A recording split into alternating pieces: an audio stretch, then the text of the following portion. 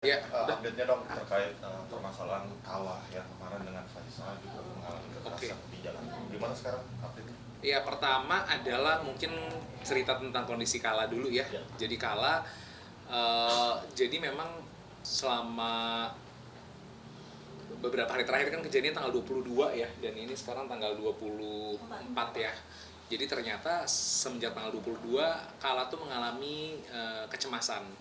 Jadi gangguan kecemasan sehingga ketika dia melewati tempat tersebut dia selalu tutup mata, terus nyampe rumah dia nangis, dia apa ya, susah tidur gitu ya malam tuh. Biasanya dia tidur berdua kan sama kakaknya, sama Shibil, tapi kemarin Shibil juga lagi gak enak badan, akhirnya tidur sendiri, terus dia nggak bisa tidur gitu, ketakutan, pokoknya dia nggak bisa sendirian gitu. Jadi akhirnya dia pindah ke kamar adiknya untuk bareng-bareng. Terus tadi dari kemarin malam saya udah bilang kayak ini kayaknya harus dibawa ke profesional deh, ke psikolog gitu ya, karena kan saya ngeliat kalau udah sampai sulit tidur nih pasti ada sesuatu yang memang mungkin berat banget, beban di dalam hatinya gitu ya, nggak keluar gitu. Akhirnya si Kana tadi pagi bener aja ternyata dia di sekolah sesak nafas gitu. Jadi kira saya bilang, kak, kayak udah nggak bisa, ini harus dibawa ke psikolog. Akhirnya tadi habis zuhur aku jemput Kala, kita bawa sama-sama ke psikolog.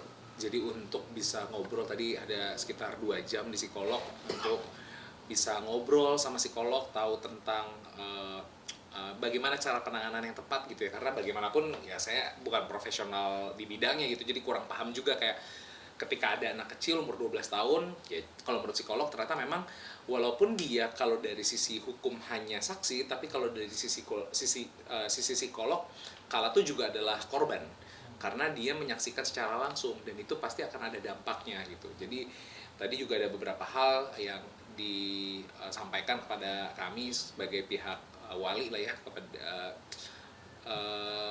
karena memang orang tuanya lagi nggak di Jakarta, jadi ya saya yang menemani gitu. Saya memastikan kayak anaknya mendapatkan penanganan yang tepat gitu ya. Saya juga nanya apakah ada obat-obatan. Oh nggak usah katanya, tapi memang dilihat berkala gitu ya, selama 7 hari, 14 hari sampai 30 hari ke depan ini akan jadi seperti apa kalanya gitu.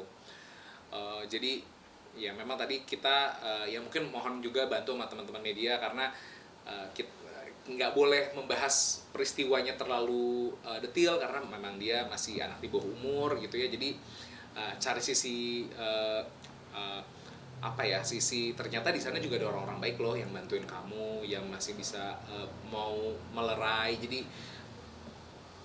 fokus sama hal-hal yang memang rasanya ternyata tidak semua orang tuh seperti pelaku gitu ya, yang akhirnya ringan tangan untuk melakukan apa ya, main hakim sendiri gitu. Jadi itu yang memang perlu, dan mungkin kita batasin juga interaksi sama sosial media untuk sementara waktu karena khawatir juga akan mengganggu dampak psikologisnya gitu, karena kan komentarnya luar biasa banyak gitu ya.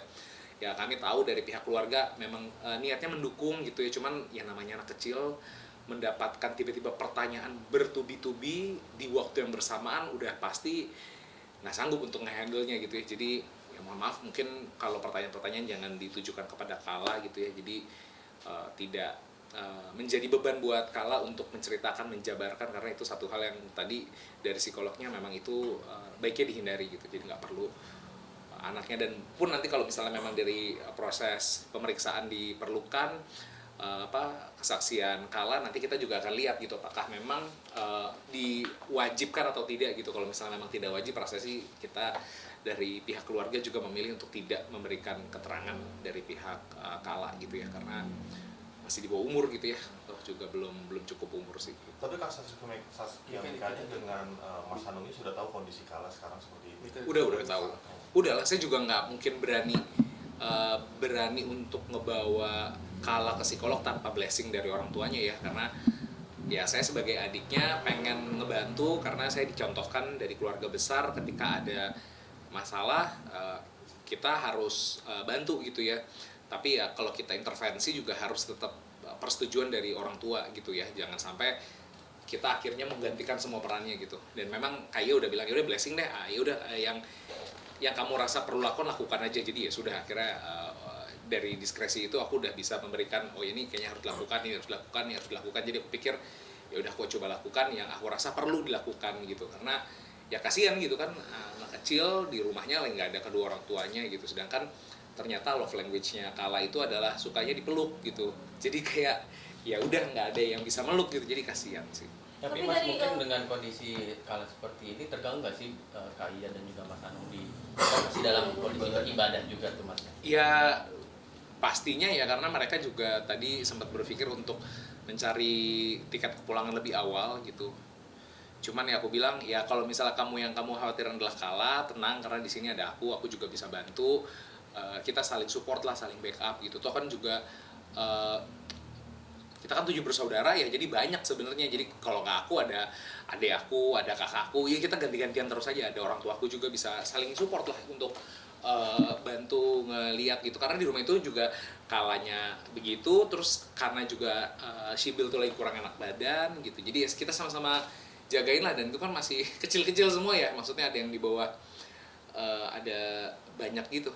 Akhirnya jadwal kepulangan kami dengan Mas Anung belum ada konfirmasi sampai saat ini, jadi belum ada kepastian kapan akan kembali ke tanah air gitu.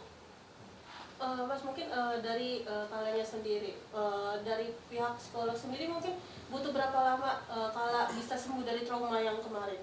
Kalau tadi sih psikolognya cerita biasanya itu ada parameter kalau misalnya apakah ini termasuk yang ringan, sedang atau parah gitu ya.